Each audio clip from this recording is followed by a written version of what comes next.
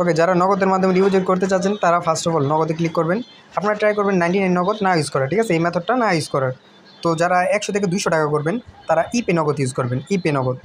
আর 200 টাকা থেকে উপরে যেমন 300, 500, 1000, 2000 যত করবেন এটা ইউজ করবেন ইপে বিডিটি নগদ, ঠিক আছে, এটা ইউজ করবেন।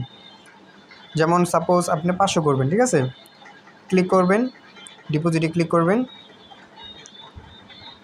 ডিপোজিটে ক্লিক করার পর আপনার একটা নাম্বার দেওয়া হয়েছে, ঠিক আছে, এখানে দেখেন একটা নাম্বার দিয়েছে, এটা কপি করবেন। কপি করার পর আপনি আপনার নগদ অ্যাকাউন্টে যাবেন। নগদ অ্যাকাউন্টে যেয়ে এই নাম্বারে আপনি 500 টাকা ক্যাশ আউট করবেন।